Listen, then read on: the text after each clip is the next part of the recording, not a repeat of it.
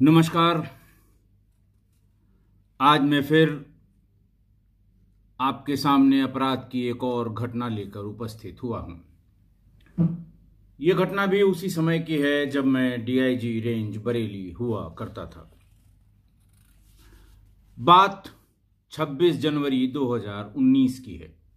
गणतंत्र दिवस, जब हमने अपना संविधान अडॉप्ट किया था, संविधान को अंगीकृत किया था। ये उस दिन की बात है, 2019 में।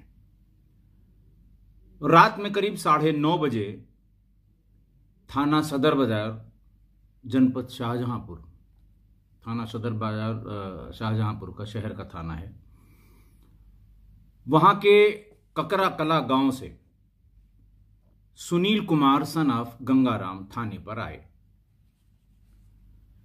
और थाने पर आकर उन्होंने बताया कि उनका 6 साल का बेटा शिवम शाम को 3:30 बजे घर से खेलने के लिए निकला। जब रात में 7-8 बजे तक वो नहीं आया तो हम और हमारा पूरा परिवार उसको ढूंढने के लिए निकले और गांव में ही हमारे मकान से कोई 200 गज दूर गांव के ही Shiva son of Pappu alias Narendra, इनके मकान के सामने गली के उस पार हमारा बेटा मरणासन्न मुझे मिला। उठाने पर उसका शरीर गर्म था। हम लोगों को लगा कि शायद अभी ये बच जाए। लेकर तुरंत सरकारी अस्पताल की तरफ भागे, लेकिन अस्पताल पहुंचते ही डॉक्टर ने उसको मृत घोषित कर दिया। डॉक्टर ने यह भी बताया कि इसकी मृत्यु कोई आधे घंटे पहले हुई होगी। मृत्यु का कारण भी उन्होंने हल्का फुल्का बताया और ये कहा कि बाकी चीजें तो पोस्टमार्टम से क्लियर होंगी, लेकिन जितनी मैंने जांच की है उससे इसके साथ फोर्सिबल अननेचुरल सेक्स किया गया है और इसका एनस पर बहुत गंभीर चोटें पहुंचाई गई हैं, जिसके कारण बहुत ब्लीडिंग हुई है बच्चे को। और मेरा ये मानना है कि शायद ब्लीडिंग की वजह से ही उसकी जान चली गई। ऐसा उन्होंने प्राइमा फेसी बच्चे के पिता को बताया, जो उसने आकर थाने पर रिप्रोड्यूस किया। उन्होंने ये कहा कि साहब, किसी ने मेरे बच्चे के साथ ये अननेचुरल सेक्स करके उसकी जान ले ली है और तत्काल मौके पर चलें, तत्काल गांव में चलें। मेरे बच्चे की बॉडी मैं हॉस्पिटल से लाकर उसको अपने घर में मैंने छोड़ दिया है। बहुत देर नहीं हुई है, चूंकि बॉडी बच्चे की उस समय गर्म थी। कातिल भी बहुत दूर तक नहीं गया होगा। कृपा करके उसका पता लगाएं। इंस्पेक्टर ने सुना, बहुत ही गंभीर घटना थी। बच्चे की उम्र 6 वर्ष थी। बच्चे के साथ अप्राकृतिक मैथुन किया गया था। बच्चे की मृत्यु हो गई थी और वादी ये कह रहा था कि अभी वो गांव में ही होगा, कातिल बाहर नहीं जा सकता, बहुत जल्दी की बात है। इंस्पेक्टर ने फौरन 2 सब इंस्पेक्टर और 4 सिपाहियों को मौके पर भेजा कि आप फौरन जाइए, गांव के रास्तों को ब्लॉक करिए, कोई निकलने न पाए, घटनास्थल को सुरक्षित करिए। मैं सुनील से तहरीर लेकर अभी मुकदमा कायम करा के इसे लेकर आता हूं। सुनील को बताया गया, एक कागज दिया गया थाने पर, सिपाही की मदद से एक तहरीर लिखी गई। तहरीर पर इंस्पेक्टर ने एफआईआर के आदेश किए। थाना के कार्यालय में वही एसओपी दोहराई गई। कंट्रोल रूम को बताया गया, सभी अधिकारियों को बताया गया, सभी यूनिट्स को तत्काल मौके पर पहुंचने के लिए कहा गया। इस बीच में थाने से वो गांव करीब करीब 5 किलोमीटर दूर है। जो घटना स्थल है वो 5 किलोमीटर दूर है। वादी को लेकर इंस्पेक्टर गांव में पहुंचे। इस बीच में वहां जिनको भेजा गया था, उन्होंने बच्चे की लाश, या बच्चे जहां मरणासन्न मिला था, उस जगह को येलो टेप से सेग्रीगेट किया, क्राइम सीन को प्रिवेंट किया, और बच्चे की लाश जहां घर पे लाके इन लोगों ने रखी थी, वहां भी बहुत ज़्यादा भीड़ थी। उस भीड़ को भी वहां मौके से सेग्रीगेट किया गया। 6 साल के मासूम की जान गई थी। पूरा गांव टूट पड़ा था। महिलाएं और बच्चे बड़ी संख्या में वादी के घर के बाहर इकट्ठा थे।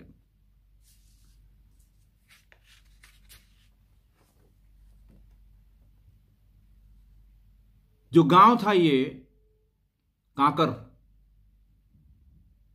ये मुस्लिम बाहुल्य गांव था और उससे सटा हुआ जाटव बस्ती वो मोहल्ला था जहां पर ये बच्चा मरणासन्न पाया गया था या जहां इसकी मृत्यु हुई थी और जहां वादी रहता था। वो जगह जहां वो मिला था और वादी का घर, इसके बीच में कोई 200 गज की दूरी रही होगी। इंस्पेक्टर ने भीड़ की प्रकृति को, भीड़ के मन स्थिति को देखकर यह अंदाजा लगाया कि यहां फोर्स की और आवश्यकता है। अगर कोई अफवाह चल गई तो किसी भी समय यह सांप्रदायिक रूप ले सकती है ये घटना। इसलिए थाने की सारी फोर्स को बुला लिया गया और अपने एसपी को बताकर आसपास के थानों की भी फोर्स को गांव पर बुला लिया गया। इस बीच में थाने पर एफआईआर हो गई। क्राइम नंबर 67/19, धारा 302, 377 और 5/6 पॉक्सो एक्ट में मुकदमा लिख लिया गया। यानी बच्चे के साथ अप्राकृतिक यौनाचार, 377 अप्राकृतिक यौनाचार और 302 यानी हत्या की धारा में अज्ञात अभियुक्तों के विरुद्ध मुकदमा कायम हो गया।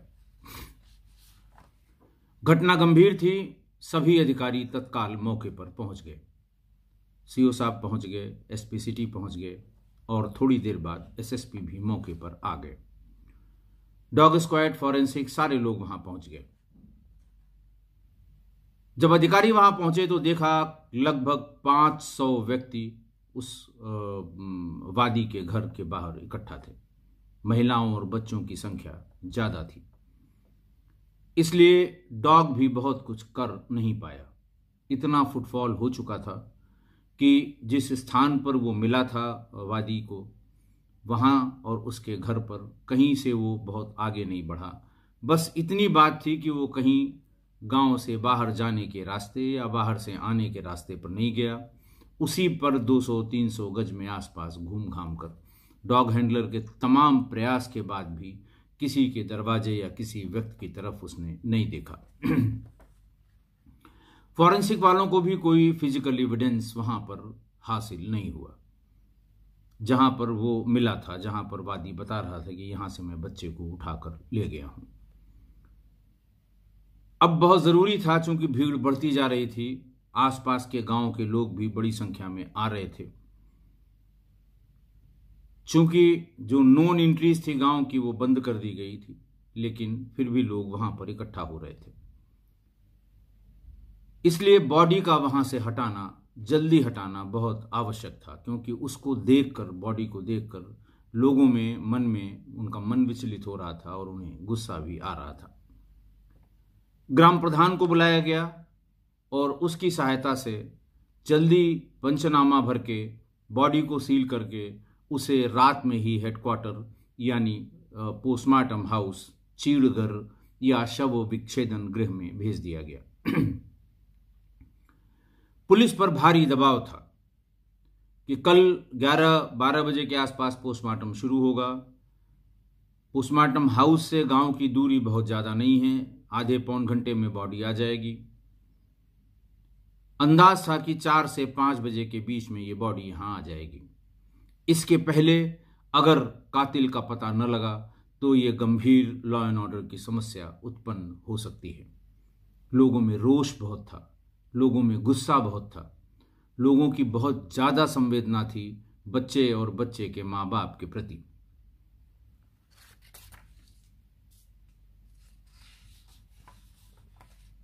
पहले वहां पर एसपी चेन्नप्पा थे, एसपी वहां, एसपी सिटी, सीओ इंस्पेक्टर, आसपास के थानों के इंस्पेक्टर, सब लोगों ने ये डिसाइड किया कि इसके पहले कि हम कहीं और से जांच शुरू करें, पोस्टमार्टम रिपोर्ट अभी आई नहीं है, ये पहले पता किया जाए कि ये बॉडी यहां आई कैसे,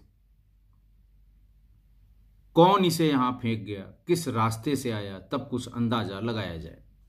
टीमें बना के गांव की सकरी सकरी कच्ची गलियां जो गांव के बाहर की तरफ जाती हैं, वहां पर दोनों तरफ बने हुए मकानों से हर आदमी से पूछताछ की गई कि आपने इसको किसी के साथ बाहर जाते हुए, अकेले बाहर जाते हुए, या मरणासन या घायल अवस्था में गांव से भीतर आते हुए किसी ने देखा है क्या।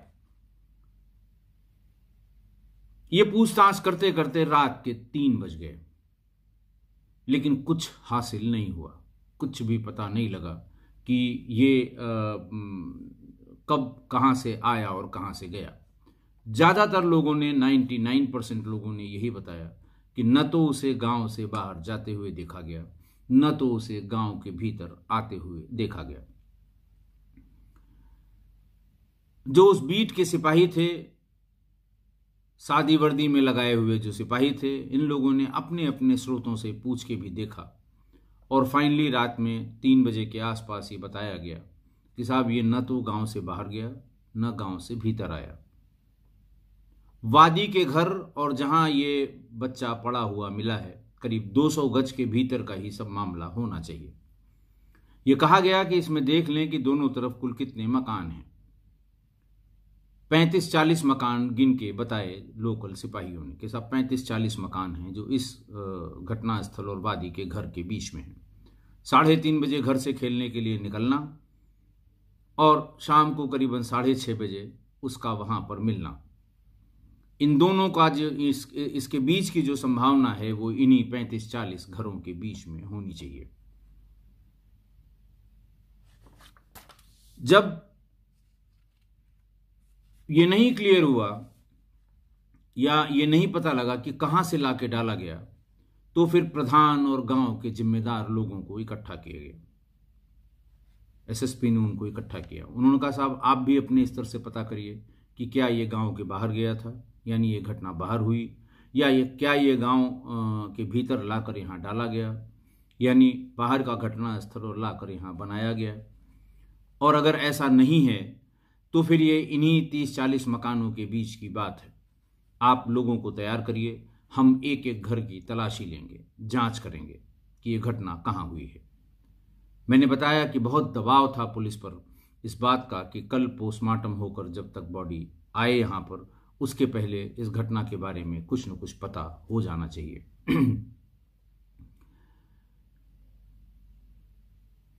फिर इन्हीं 35-40 घरों के लिए टीमें बनाई गईं। हर 2 घर पे एक सब इंस्पेक्टर और एक सिपाही लगाया गया। आइडेंटिफाई किया गया और लिख लिया गया कि कौन किसके घर की तलाशी लेगा या जांच पड़ताल करेगा। पर्पस ये था एक तो पुलिस का कि पुलिस ने बड़ी मेहनत की, वादी को या गांव वालों को कहीं ये कहने का मौका न मिले कि साहब पुलिस की लापरवाही से हमारे बच्चे की जान गई, या पुलिस ने कातिल को ढूंढने में मेहनत नहीं की। सब नोट किया गया, सबके सामने खड़ा किया गया। चूंकि 1 घंटे का समय प्रधान और जिम्मेदार गांव के लोगों को समय दिया गया था, 1 घंटे बाद वो लोग वापस आ गए और उन्होंने भी कहा साहब हम लोगों की जानकारी के हिसाब से न तो ये बच्चा गांव के बाहर गया, न गांव के बाहर से यहां लाया गया, और हम आपकी बात से सहमत हैं कि जो कुछ हुआ है इन्हीं 200 गज में हुआ है। हमने सबसे बात कर ली है, सब तैयार हैं, इनके घरों की तलाशी ली जानी चाहिए। जो 20 कांस्टेबल और 20 सब इंस्पेक्टर इस काम के लिए तैयार किए गए, हर एक के हिस्से 2 घर आ रहे थे। पर्पस ये था कि जितनी जल्दी हो सके हम किसी नतीजे पर पहुंच जाएं। चेन्नप्पा ने उन सबको, यानी एसपी शाहजहांपुर ने उन सबको ब्रीफ किया। उनको यह कहा कि आपको 4 बिंदुओं पर जांच करनी है। हर घर के भीतर आप जाएंगे, 4 चीजें वहां पर जरूर देखेंगे। नंबर 1, किसी घर में संघर्ष का कोई निशान तो नहीं है, यानी बच्चे के साथ कुकर्म हुआ है, वो छटपटाया होगा, चिल्लाया होगा, पकड़ा गया, उसको पकड़ा होगा अपराधी ने, फिर खींच के लाया होगा। तो संघर्ष के निशान किसी घर में मौजूद तो नहीं है, चाहे वो बिस्तर पर हो, चाहे जमीन पर हो। किसी घर में किसी कपड़े पर कोई ब्लड स्टेन या फर्श या चारपाई पर कोई ब्लड स्टेन तो नहीं है। ये भी जानकारी करने के लिए कहा गया कि भाई ये भी पता कर लें कि क्या ऐसा कोई ब्लड स्टेन तो वहां नहीं है। तीसरा, उन्होंने किसी मेल के उतरे हुए कपड़ों को जरूर अच्छे से देख लें, उसमें कहीं ब्लड स्टेन तो नहीं है। चूंकि बच्चे के साथ, चौथा बताया उन्होंने कि चूंकि बच्चे के साथ सोडोमी हुई है और सोडोमी के दौरान ब्लीडिंग से संभावित मृत्यु है, इसलिए हो सकता है बच्चे को बहलाने फुसलाने के लिए चिप्स, चॉकलेट, टॉफी के रैपर वहां पर ताजे ताजे मौजूद हों। जिस घर में ये सब मौजूद हैं उसकी अच्छे से तलाशी बाकी बिंदुओं पर ली जानी चाहिए। और इसके बाद कहा कि अगर इन चारों बिंदुओं में कोई चीज किसी के घर में मिलती है या संदिग्ध प्रतीत होती है तो फॉरेंसिक की पूरी टीम यहीं मौजूद है, उनको ले जाकर इनसे करीने से ऐसे घर की जांच कराई जाए। ब्रीफ करने के बाद तलाशी का काम शुरू हुआ। सवेरे के 7-8 बज चुके थे। 12 बजे दिन तक जितनी तलाशी हो पाई उसमें कुछ नहीं निकल पाया। किसी के घर में इनमें से कोई भी चीज संदिग्ध नहीं मिली। इस बीच बराबर ये पूछा जाता रहा हेडक्वार्टर से कि कब पोस्टमार्टम शुरू हुआ। 12 बजे के आसपास बताया गया कि पोस्टमार्टम शुरू हो गया है। बड़ी संख्या में गांव से लोग पोस्टमार्टम हाउस में भी मौजूद थे।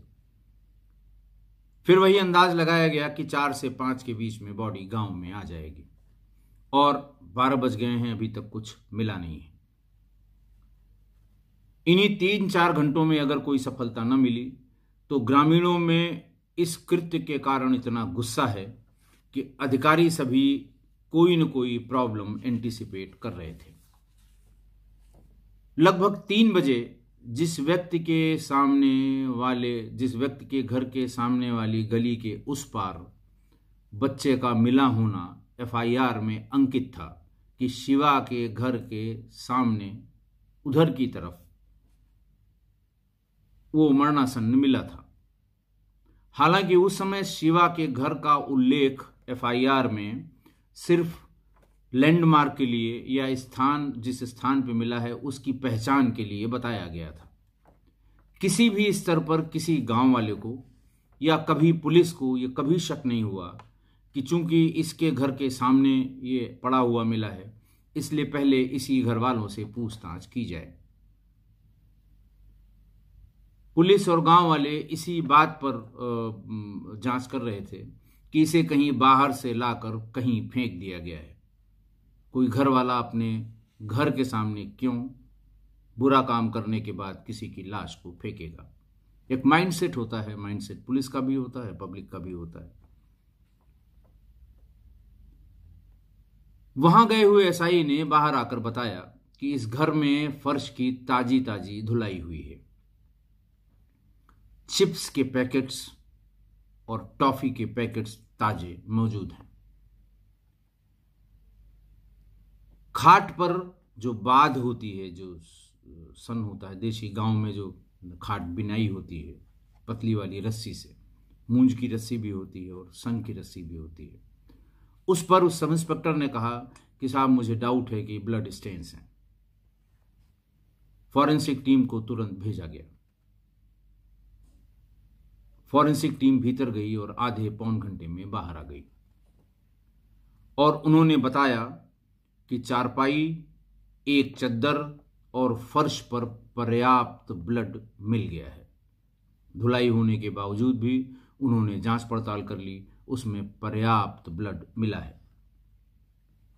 घर में रहने वाला 19 वर्षीय शिवा घर में मौजूद नहीं है, बाकी उसका परिवार वहां मौजूद है। सभी लोगों ने जाकर मौके पर ये जो चीजें सब इंस्पेक्टर ने तलाशी के समय देखी थी, जांच के समय देखी थी, उसको देखा और सभी मुतमईन हो गए सभी को यकीन हो गया कि बच्चे के साथ जो कुछ भी हुआ है इसी घर के इसी कमरे में हुआ है। पूरे परिवार को वहां घर से निकालकर फौरन थाने पर बिठा दिया गया। उसके बाद उसके आसपास के शिवा के साथ के लड़कों से पूछताछ हुई। लोगों ने बताया कि साहब ये भी उसका साथी था, ये भी उसका साथी था। उन्हें बुला बुला के पूछताछ हुई तो लोगों ने बताया कि शिवा शराब और नशे का आदी था और उसके और बहुत से गलत काम थे, लोगों ने बताया भी। लेकिन जब जिम्मेदार आदमियों से बात हुई, गांव के या गांव के लोगों से या बच्चे के पेरेंट्स से, किसी ने भी कभी इस तरफ इंगित नहीं किया कि इसको भी देख लिया जाए, इसकी आम शोहरत अच्छी नहीं है। पुलिस चूंकि दबाव में थी, सही सही रास्ता ढूंढने का प्रयास कर रही थी, उसने अभी अगर वो फेल होती इसमें, तभी फिर ऐसे लोगों पर जांच होती जिनकी आम शोहरत अच्छी नहीं है। पीएम इस बीच में पोस्टमार्टम बच्चे का हो गया और 5 बजे तक शव गांव में आ गया। तब तक ये पता लग गया था कि शिवा के घर में इसके साथ ये सब हुआ है। पूरा गांव शिवा के प्रति आक्रोशित था। भारी पुलिस बल वहां लगाना पड़ा कि लोग उसके घर को जला न दें, कानून व्यवस्था की कोई नई स्थिति उत्पन्न हो जाए। अंतिम संस्कार कर दिया गया। रात में पोस्टमार्टम रिपोर्ट भी आ गई। Cause of death due to asphyxia as a result of throttling and antemortem injuries, यानी गला दबाने के कारण सांस रुकने से मृत्यु होना पाया गया। इसके अलावा अप्राकृतिक सेक्स होने के सभी जो चोटें हैं वो पोस्टमार्टम रिपोर्ट में डिटेल में लिखी हुई थी। पोस्टमार्टम के बाद बच्चे के पहने हुए कपड़े, शर्ट और नेकर, एनएस के पास जो सीमेन का प्रोबेबल सैंपल था उसकी स्लाइड, घर में मिली चद्दर पर ब्लड स्टेन और सीमेन के स्टेन्स और खाट के ब्लड के स्टेन्स, ये सब फौरन सील मोहर करके थाने से फॉरेंसिक लेबोरेटरी के लिए भेज दिया गया। शिवा फरार हो गया था। उसको गिरफ्तार करने के लिए 5 टीमें बनाई गईं और पूरी सर्विलांस की टीम को यह कहा गया कि सारा काम छोड़कर आप सिर्फ शिवा के मूवमेंट और लोकेशन को ट्रैक करते रहेंगे और उसकी जल्दी गिरफ्तारी किया जाना बहुत जरूरी है। प्रायोरिटी फिक्स करके एफएसएल से 15 दिन में जांच रिपोर्ट प्राप्त हो गई। जांच रिपोर्ट में चादर, मृतक की नेकर और शरीर पर सीमेन की जो स्लाइड बनाई गई थी वो एक ही व्यक्ति की पाई गई। फिर चादर, खाट, जमीन और बच्चे के कपड़े पे जो ब्लड स्टेन्स थे वो भी एक ही व्यक्ति के पाए गए।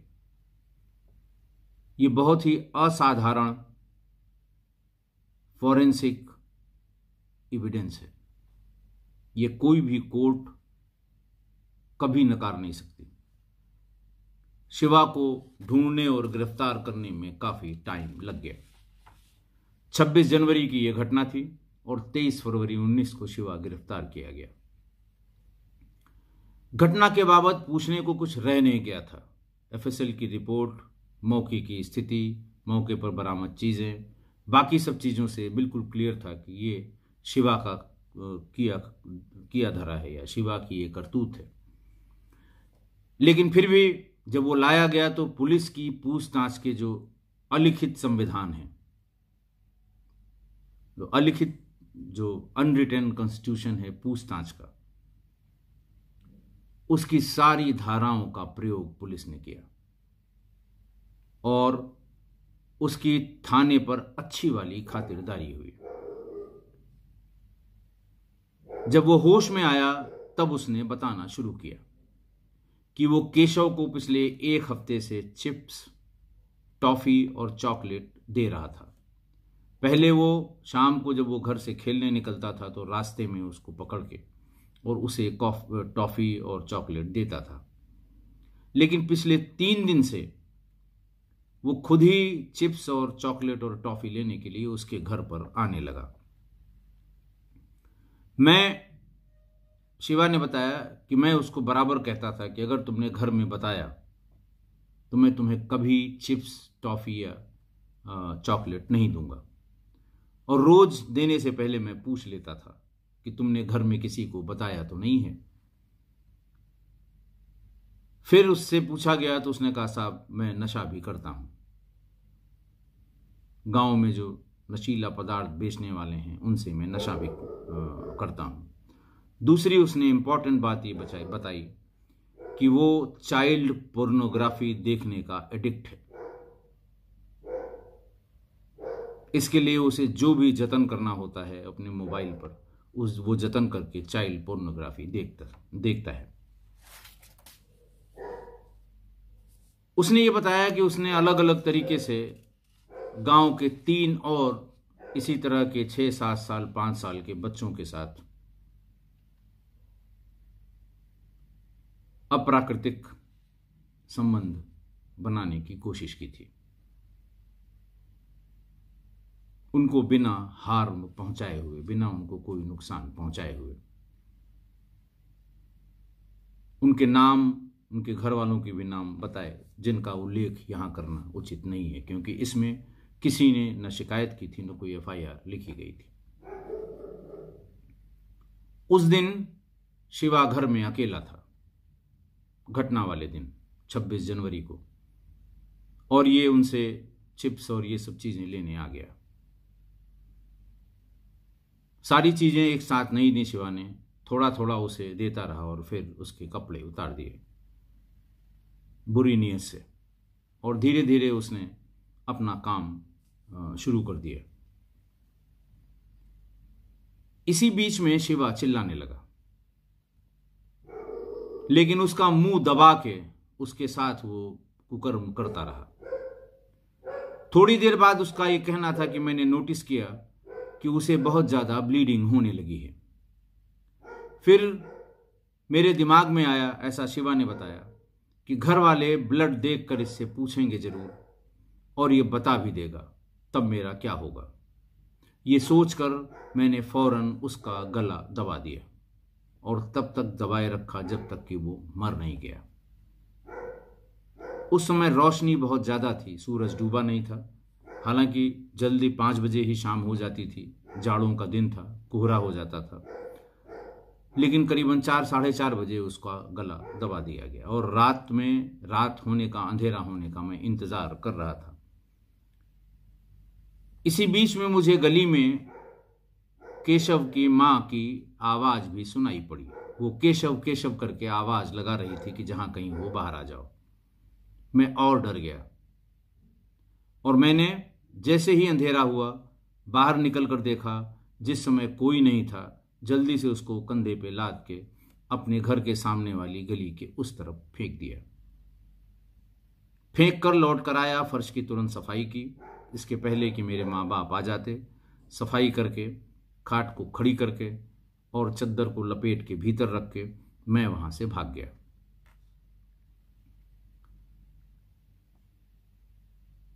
उसके इस स्वीकारोक्ति के बाद 23 फरवरी 2019 को ही उसे गिरफ्तार करके जेल भेज दिया गया। चूंकि बहुत गंभीर घटना थी, बड़ा हल्ला हुआ था इसकी विवेचना बहुत तेज गति से पूरी करके 23 फरवरी को गिरफ्तार किया गया और 27 फरवरी को सभी साक्ष्यों के साथ चार्जशीट नंबर 76 पर सभी केस डायरीज और फॉरेंसिक रिपोर्ट के साथ चार्जशीट न्यायालय में दाखिल कर दी गई। अब आज की घटना में शिवा ने अपराध तो किया ही, बहुत बड़ा अपराध किया, इसके साथ ही साथ बहुत बड़ा पाप भी किया। 6 वर्ष के अबोध बालक को अपनी काली मानसिकता का पहले शिकार बनाया, फिर उसकी हत्या कर दी। पर वर्तमान परिवेश में जब इंटरनेट पर तमाम अच्छी बातों के साथ साथ क्या कुछ नहीं परोसा जा रहा है जो सर्वथा उपलब्ध भी है किसी भी यूजर के लिए, तो इस खराब कंटेंट की वजह से कौन प्रभावित हो रहा है, किसके मन में क्या चल रहा है, यह जानना किसी के बस का नहीं है। नहीं जान सकता कोई कि आपके पड़ोस में, आपके घर में, आपके सामने वाला कौन इस कुछ मानसिकता को पाल रहा है इंटरनेट के माध्यम से। इसका सबसे अच्छा रास्ता है कि माँ बाप को अपने बच्चों की गतिविधियों पर नजर रखनी चाहिए। बच्चे जब तक अबोध हैं, जब तक वो जानकार नहीं हैं, वो किससे मिल रहे हैं, कहाँ जा रहे हैं, कितनी देर बाद आ रहे हैं, लौट के आए तो उनसे पूछना भी जरूरी है। और सबसे ऊपर बच्चों को ये आदत डलवा दें या डलवानी चाहिए कि किसी का दिया हुआ कुछ भी बिना अपने पेरेंट्स की परमिशन के न खाएं। बच्चे तो बच्चे हैं, किसी के बच्चे हों, अबोध हैं, वो भी टीवी पर ऐड देख के चिप्स, टॉफी, चॉकलेट की जिद करते हैं। जब भी वो ये जिद करें, माँ बाप को उनकी जिद एक लिमिट तक जरूर पूरी करनी चाहिए, ताकि किसी दूसरे के बहकावे में वो ना आ सकें। और उन्हें इतना समझाने की आवश्यकता है या नज़र रखने की आवश्यकता है कि वो किसी दूसरे का दिया हुआ कुछ भी न खाएं। इस केस में केशव को 7 दिनों तक, 7-8 दिनों तक शिवा ने चिप्स और पापड़, चिप्स और ये सब चीज़ें दी, लेकिन घर वाले इससे अनभिज्ञ रहे। वापस आने पर अगर कभी उसकी माँ ने पूछा होता क्या खाया, क्या पिया, हो सकता है वो बता देता। लाख मना करने के बाद भी, मैं फिर कह रहा हूँ, बच्चे बहुत अबोध होते हैं। उसने मना किया, लेकिन अगर माँ बाप पूछते तो बता जरूर देते। आज की इस घटना पर माँ बाप के लिए सिर्फ एक वाक्य, सावधानी हटी, दुर्घटना घटी। आशा है आप मेरी इस बात से सहमत होंगे। आज के लिए इतना ही। बहुत बहुत धन्यवाद।